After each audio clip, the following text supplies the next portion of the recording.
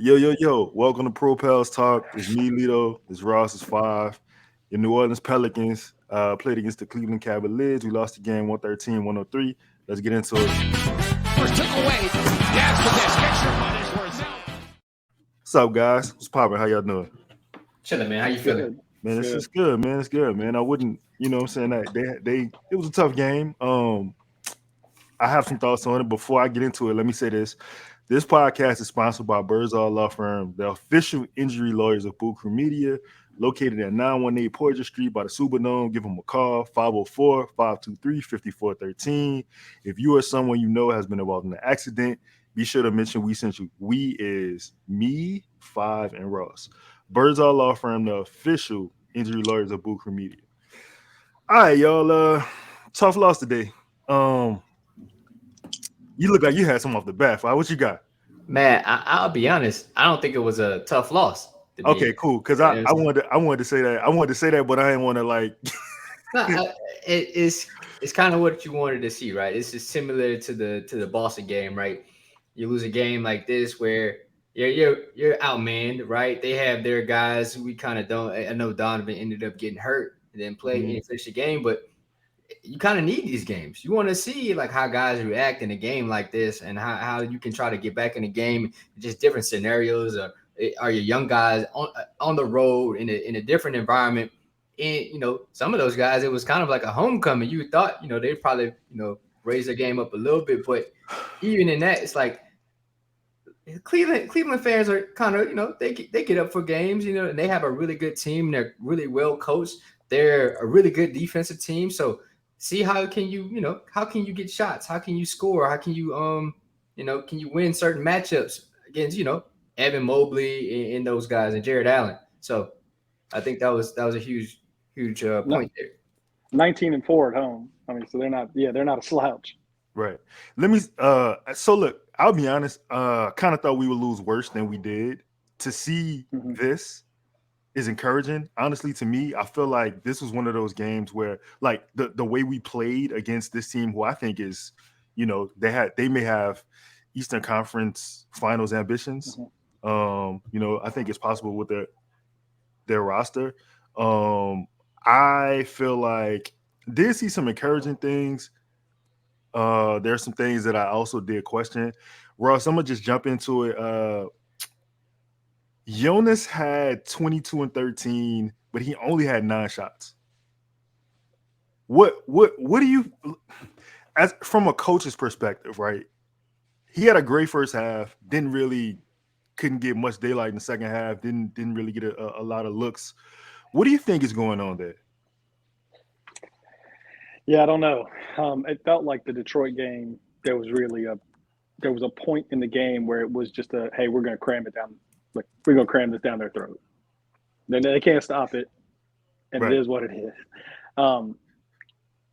There was obviously a different lineup today. The Pistons are undermanned. They don't really have a traditional center that can even match up. I think you had they start 2 7-footers today, and I think for him to play as well as he played maybe was even surprising a little bit. But the point was, he was so effective down there that you almost had to employ the same strategy of you've got to stick with what is working. And whether that was the game plan coming in or not, you throw the game plan out the window, because that's what's working.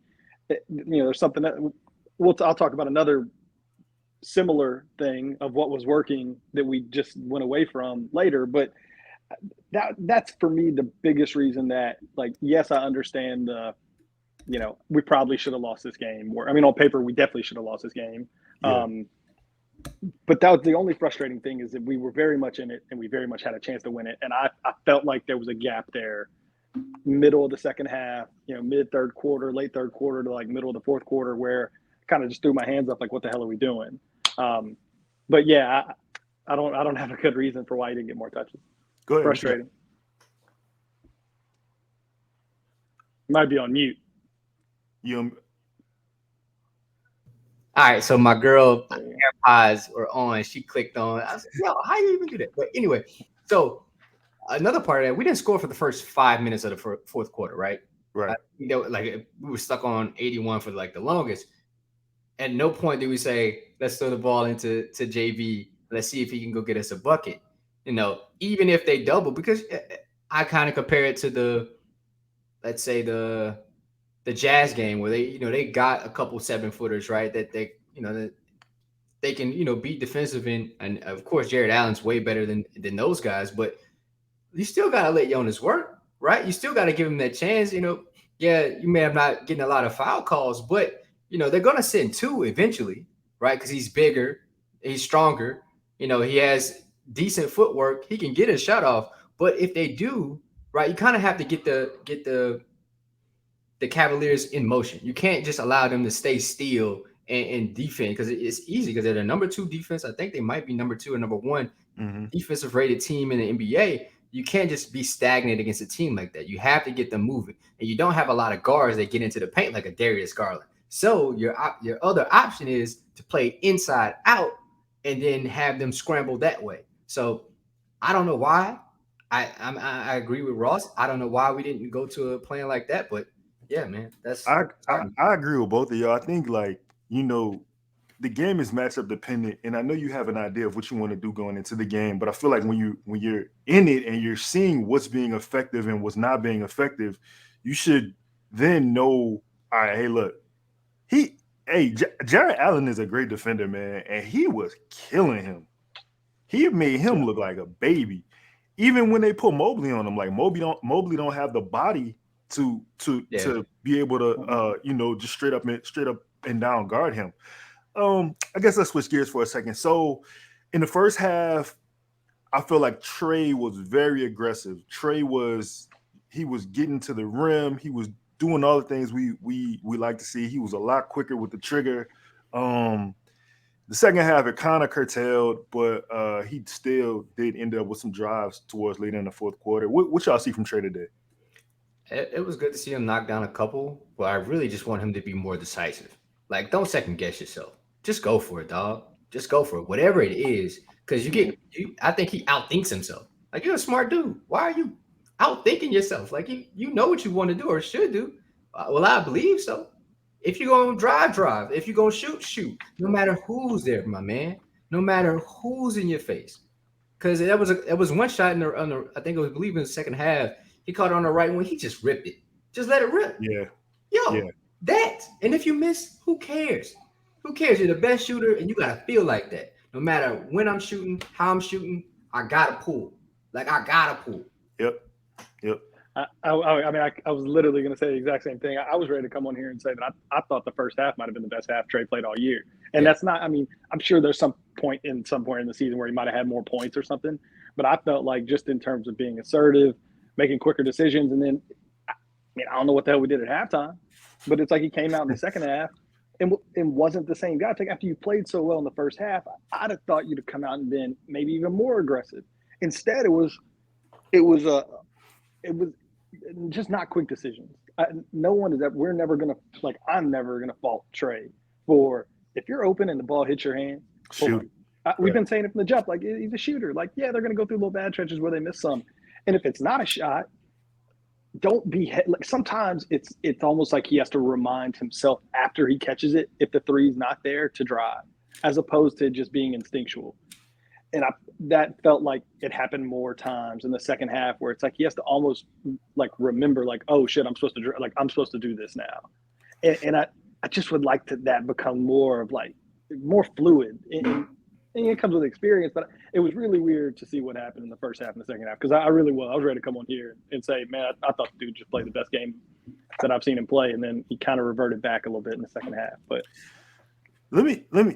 Go ahead, Fab. What you got? I was going to say, it's like, I think Ross was kind of getting to it, where there were points in there where in the second half he was about to reverse the ball. Like you could see those half-second thoughts kind of go through it. And with that, those beats, right? You kind of get out of rhythm when you do that. You mess up the next man's shot if you don't get rid of it quick enough, or you don't make a decision. Like, it's all rhythm. It's all instinctual. And if you're not instinctual on a basketball court, you're almost dead.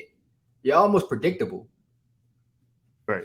Let me ask y'all this: we saw the first half, which was a brilliant first half that Trey put together.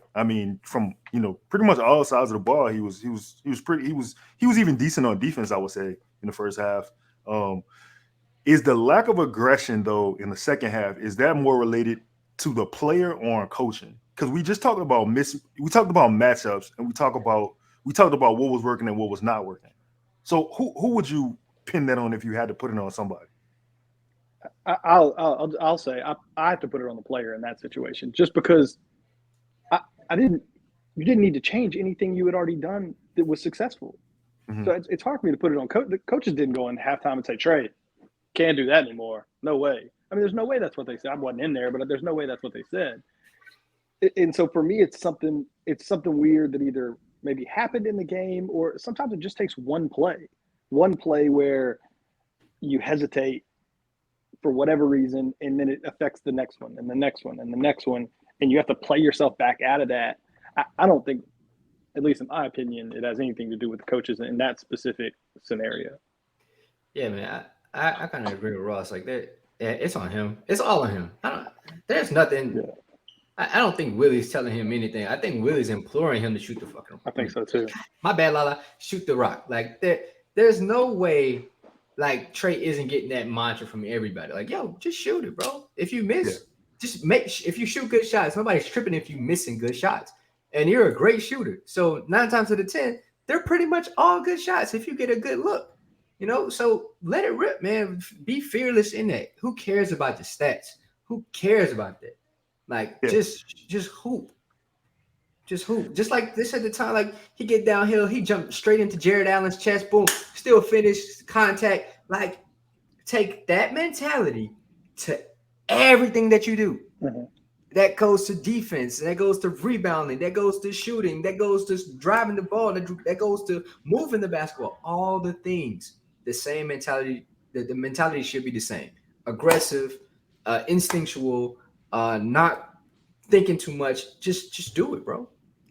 I think Trey's, I don't want to say issue, but I think the thing stopping Trey is just Trey. Honestly, like he's just such a nice guy that I think is just in him to be like, I don't know, like respectful of whatever the sometimes you just got to be like, man, F that play. You know what I'm saying? Like I'm gonna call my own number. Man, listen, I know that. Go ahead. I'm about to say, I know damn well Naji Marshall ain't got no plays in the playbook, but every time I look up, he got 15, 14, 20 something points. I don't think he care about, and he's been a de facto point guard, you know, for us. And I know for a fact that there ain't plays running for Naji Marshall. Naji Marshall is just making plays. That's it. So and you said something that was something that was important to me. You said that there were a couple times tonight where Trey almost put Jared and Mobley in the rim. Like he almost sent them to the gulag, right?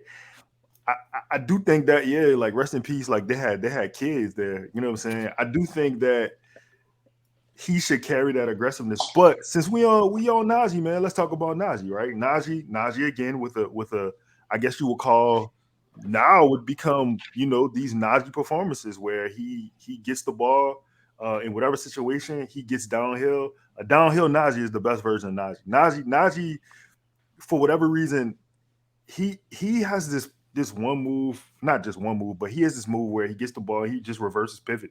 Just he's gone. Like it's no thinking there. Like this is just instinctual for him at this point. 14 points, 3 rebounds, 3 assists. He was 7-12 from the field. He didn't make a 3, but I still feel like he had a good overall performance, and he was a steadying force for us tonight. How y'all feel about Naji? I'll go first. My bad, Ross. No, I think he was Naji. There's nothing that, you know, he was getting downhill. Yeah, he wasn't getting the calls that he usually gets. Right. I mean, there's some games he gets 4 or 5, sometimes 7 free throw attempts, and he just wasn't getting it. And that's okay. That's a really good defensive team. There were some calls I think the refs missed that Naji usually gets. But the aggression was still the same. The mentality was still the same for him. I think he did a great job defensively, like he always does. And I just think this game against the Cavs is kind of like a good test for you, because it was multiple guards that can handle the ball, and you had to be able to, you know, switch defenders and rotate. And I think Naji did where there was a couple times where they were going to put JV in a ball screen, but he switched off just so JV wouldn't be in the ball screen, and they kind of got out of it. It was just like those.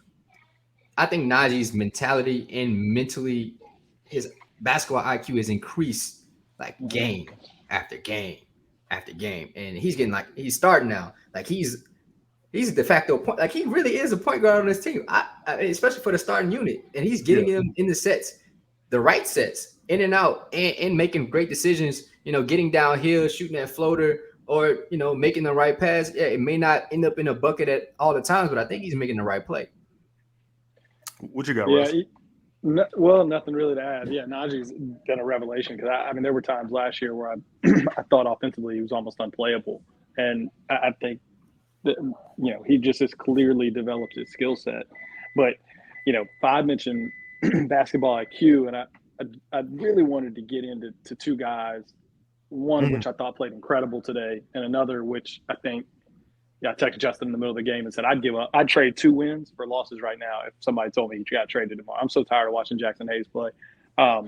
It just the basketball IQ has not moved in 4 years. It just has not changed, and it's so frustrating to watch him chase out somebody on the perimeter, jump out of control, foul a 3-point shooter that's not a 30, just a non-shooter.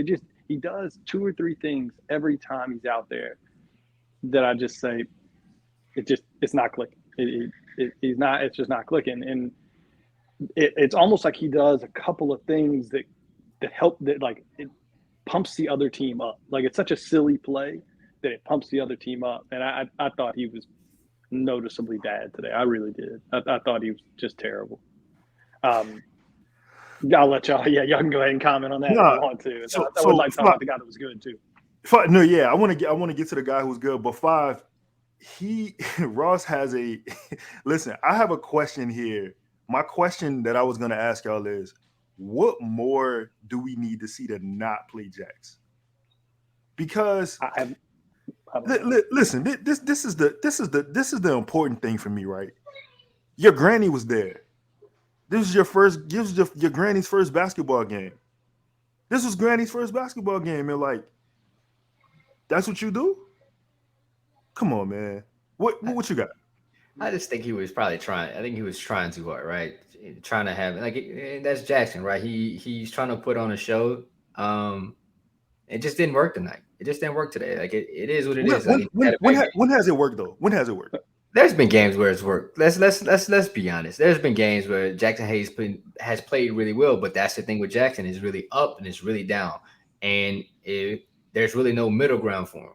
There really isn't. He's either really good or he's really bad, and that's just what it is. Now, it's almost like I don't know. It's almost like as if he's trying to make like a highlight or a splash play each rip, and it's just not like that. And basketball isn't that.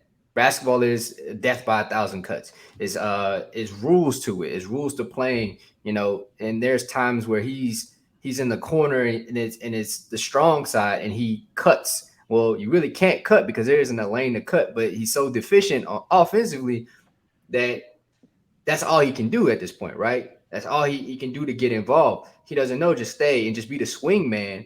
And you may be able to, if they swing it, reverse swing it, maybe you can cut on the backside, but he's just not there yet. Why do you know that though?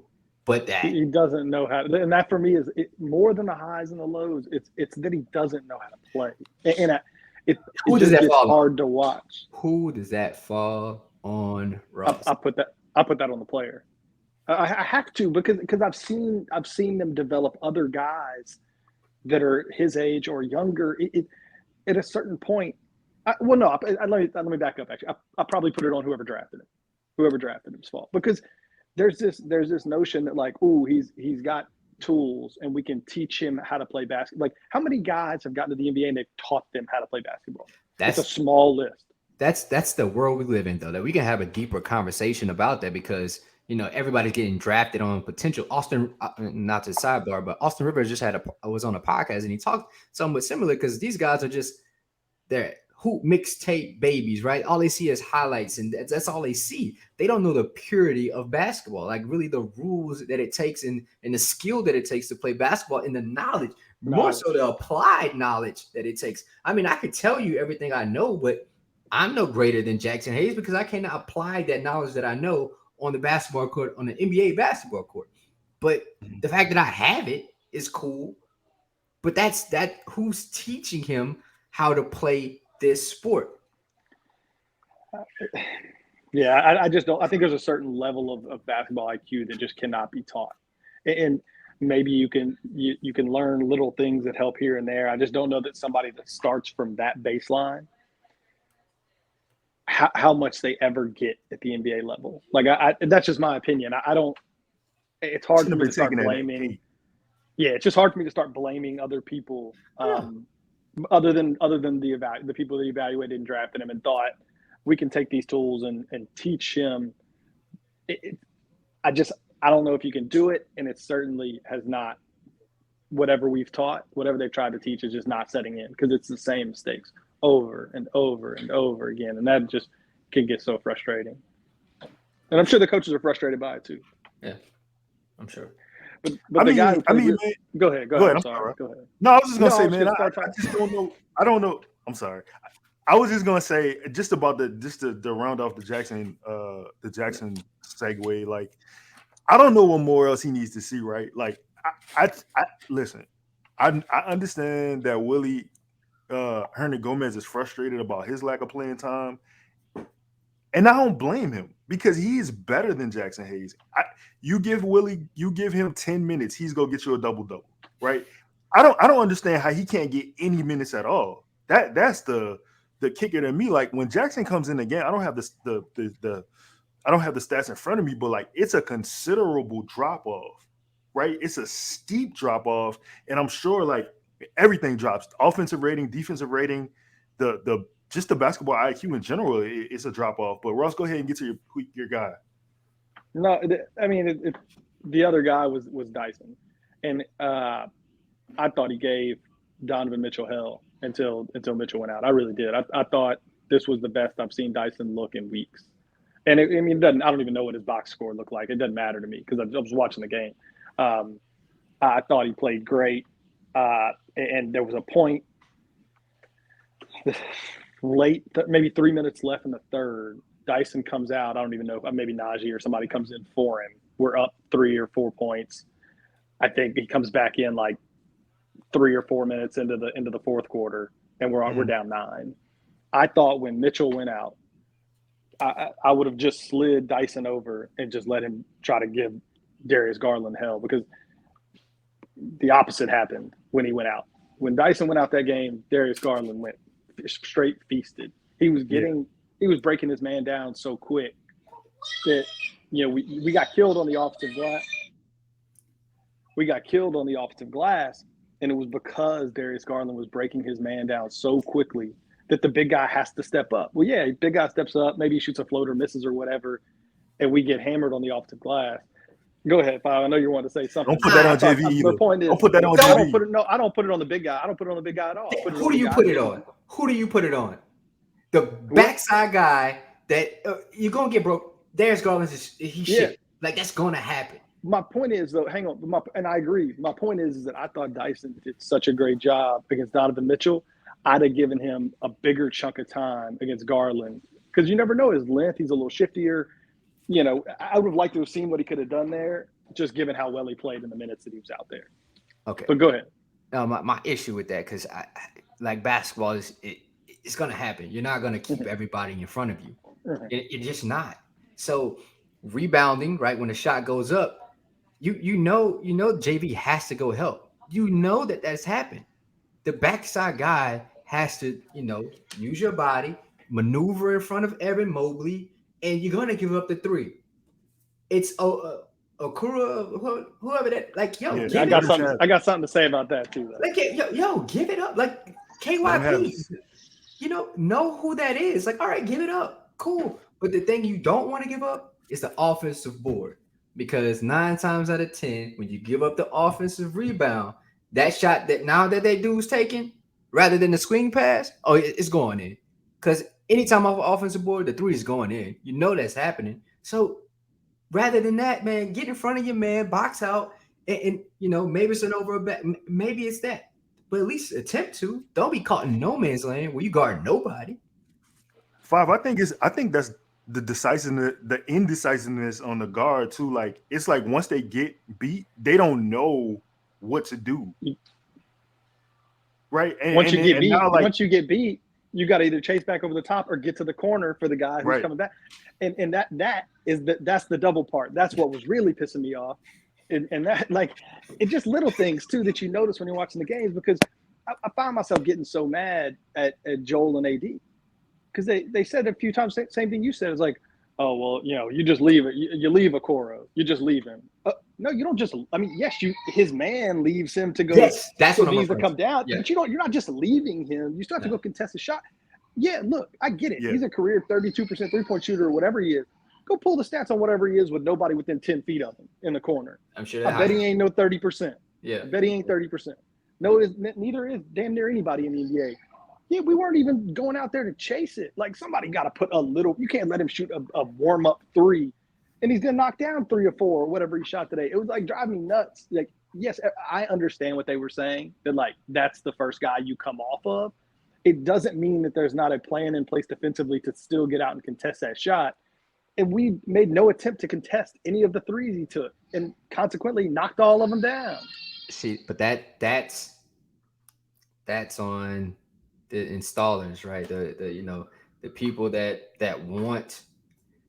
All right, it's on the staff, bro. Like I can't code it anymore. It's on the staff. Like, what are our defensive principles? What do we want to stop? All right, we're playing drop. Cool. So as the guard playing drop, when your help guy, the center, the 5, is in drop and he comes over, if your center commits to your man, you have to sprint all the way to the corner. Just take off.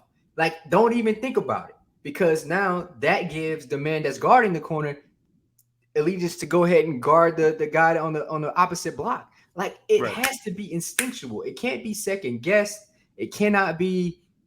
I don't get it. I just don't get it. But well, Five, that's the reason why I said, and Ross too, that's the reason why I said, like, when you look at the game, it looks like that's Jonas's fault. It's not, because you're getting second and third rebounds. But AD said it at one point too. What are you putting Jonas in a tough position? I have to contest a shot. Somebody has to get the weak side. If you don't contest a shot, then Garland is getting a layup or a floater. I think JV, I think he blocked, I want to say 2 of Garland's floaters that I didn't think he could even get to. Yeah. And then somebody still got the rebound on Cleveland's team. So you can't have it both ways. But let me ask y'all a question. All right. What if I told you the Pelicans shot 37% from 3? They made more threes than Cleveland, right? They shot 51% from 2, higher overall percentage than Cleveland. They had more assists than Cleveland at 26, and they had more steals at 9. What do you pinpoint as the reason why you lost this game? Probably didn't get to the free throw a lot. That's probably probably the 13-3 on the offensive glass. Yeah, and we probably got and because of that, you probably got mashed in the paint. What was the points in the paint? But we got mashed. Had to. Let me see. I know we got crushed on. I think they had 13 offensive rebounds, and we had 2 or 3. They had 13 offensive rebounds, and they beat us in rebounding. It was 43-28. That's your game right there. 43-28. Yeah. That's your game. Free throws. They shot 26 free throws. We shot 17.